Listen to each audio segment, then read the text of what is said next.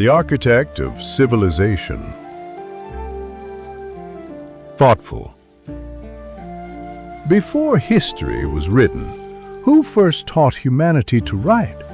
Before the first grand cities rose, who first revealed the science of measurement and engineering? In an age when humanity was just awakening, one man was chosen not only to be a prophet, but to be the architect of civilization itself. This is the story of Idris, Alayhis Salam, the man who mapped the stars, taught the pen, and was raised by God to a station unlike any other. And mentioned in the book, Idris. Indeed, he was a man of truth and a prophet, and we raised him to a high station. Surah Maryam, 19:56-57. In the cradle of civilization, between the life-giving Tigris and Euphrates rivers, early human societies were taking their first tentative steps. In this era of nascent discovery, thoughtful, a descendant of Adam, Alayhis Salam, was born. This was Idris, Alayhis Salam. He arrived not in a time of rampant evil, but of creeping apathy, a slow forgetting of the pure monotheism of his forefathers. The focus was shifting from the divine to the daily grind, and knowledge, once a sacred trust, was becoming fragmented.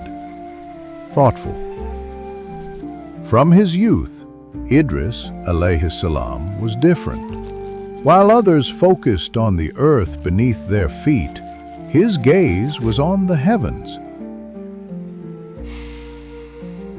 Amazed, Allah gifted him with a mind that could see the divine blueprint in creation. He was a polymath of prophetic stature.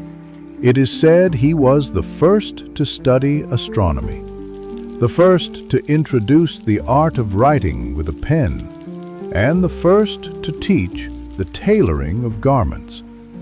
Impressed, elevating humanity from primitive coverings to structured clothing. Thoughtful. His initial heroic journey was not against a tyrant, but against chaos and ignorance. He introduced the people to mathematics and precise measurement, allowing them to build stable homes and plan cities, moving beyond simple mud huts. He taught them to read the celestial clockwork of the stars, enabling them to create accurate calendars for farming and navigation. Impressed, he transformed their grunts and symbols into structured language and script, allowing for the preservation of wisdom.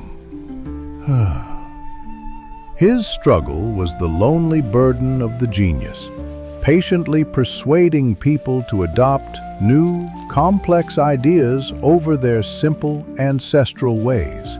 The arrogance of knowledge. He gave them the tools to build an empire and the wisdom to map the heavens. He taught them to think, to build, and to thrive. But Prophet Idris, Alayhis Salam, would soon discover a terrifying truth.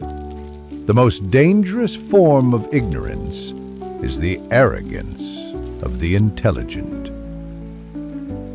His people, once humble students, were beginning to fall in love with their own brilliance, forgetting the divine source of their inspiration. The initial reverence for Idris, Alayhis Salam, began to subtly shift. They admired the magnificent cities, but forgot the divine architect. They praised their own ingenuity, but neglected the ultimate innovator. Seeing this, Idris's Alayhis Salam mission took a curvy turn. He had to pivot from being a teacher of worldly sciences to being an urgent warner for their spiritual health. You marvel at the precision of your own buildings, he would implore them, his tone shifting from gentle instruction to concerned admonition. But you ignore the flawless precision of the sun and moon. Your knowledge is but a borrowed spark from an infinite flame. Do not let it blind you.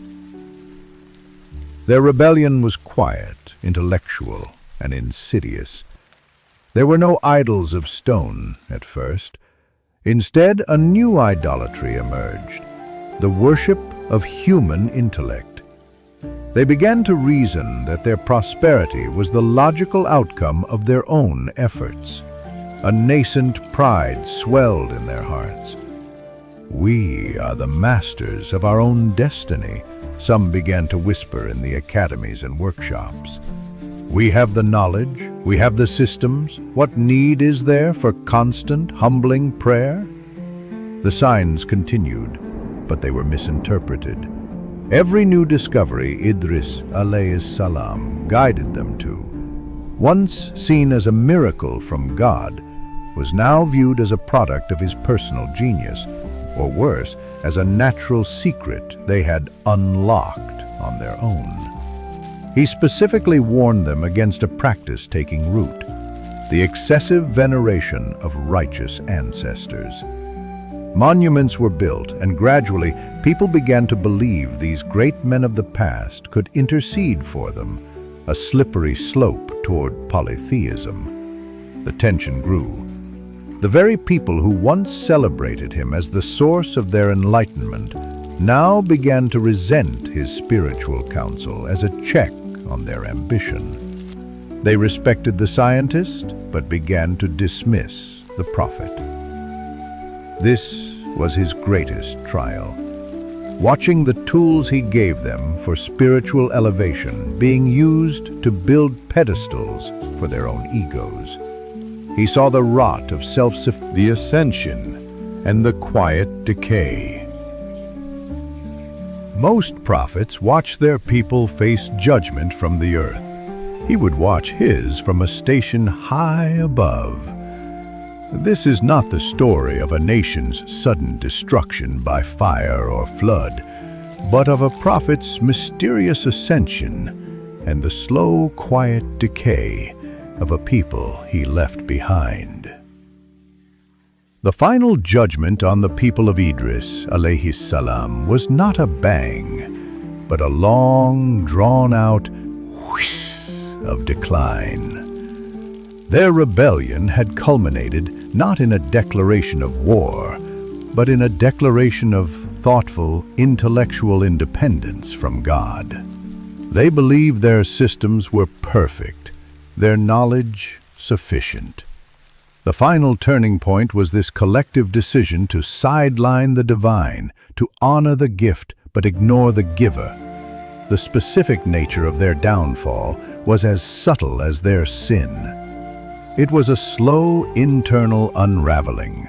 Their complex societal structures, no longer blessed by divine harmony, began to fragment. Internal rivalries, intellectual schisms, and social discord began to rise.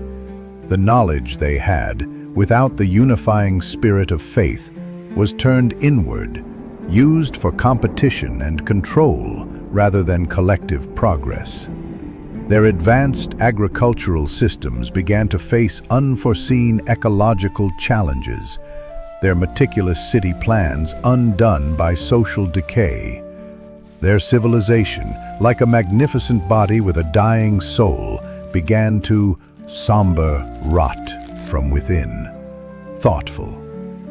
And what of Idris, Alayhis Salam? As his people began their descent, he completed his own heroic journey.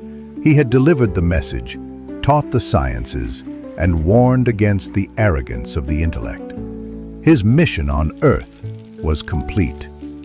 In one of the most unique and mysterious events in the Quran, Allah honored his prophet in a singular way, solemn, and we raised him to a high station.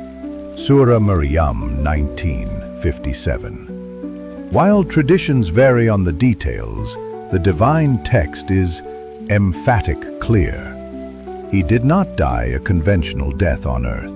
He was elevated, ascended by Allah's command, removed from the world that was beginning to turn its back on his core message. His ascension was the final, solemn, silent judgment.